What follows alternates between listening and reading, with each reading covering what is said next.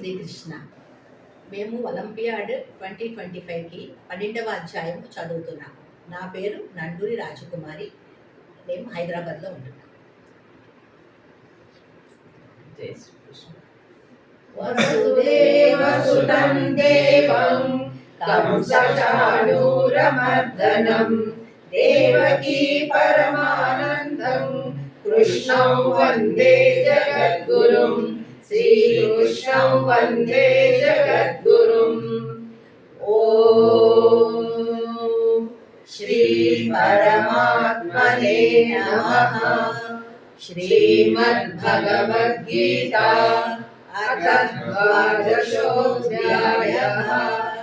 అర్జున ఉవాచ ఏవం సతతయుక్తాయే భక్తాస్త్వాం పర్యుపాసతే ఏ చాప్యక్షరమవ్యక్తం తేషాం తే యోగవిత్తమాః.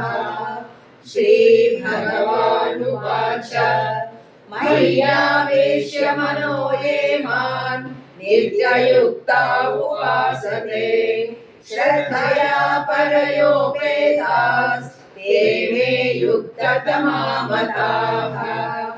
ఏత్యక్షరమనిర్దేశ్యం అవ్యక్తం పర్యుపాసతే సర్వత్ర గమచింత్యం చ కూటస్థమచలం ధ్రువం సంజ్ఞేయం యేంద్రియగ్రామం సర్వత్ర సమబుద్ధయః ते प्राप्नुवन्ति मामेव सर्वभूतहिते रताः.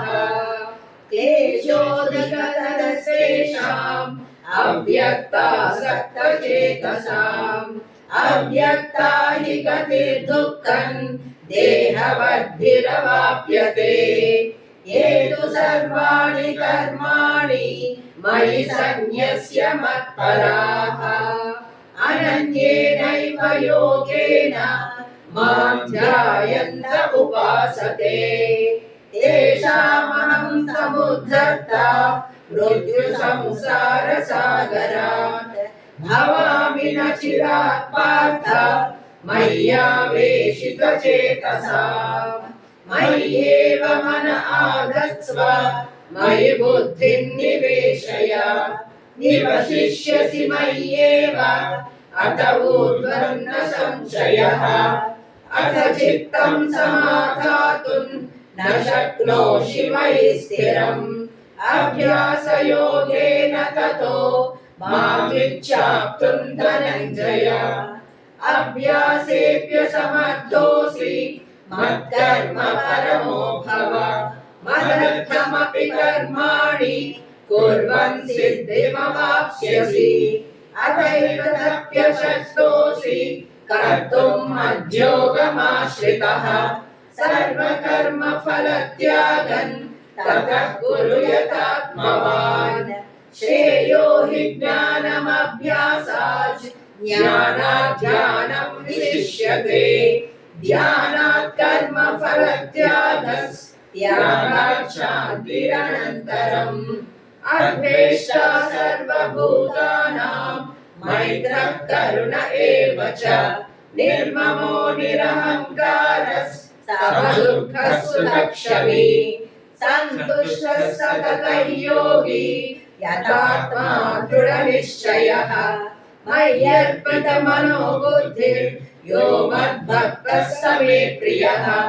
यस्मान्नो द्विजते लोको लोकान्नो द्विजते च यः. हर्षामर्षभयोद्वेगैर्मुक्तो यः स च मे प्रियः.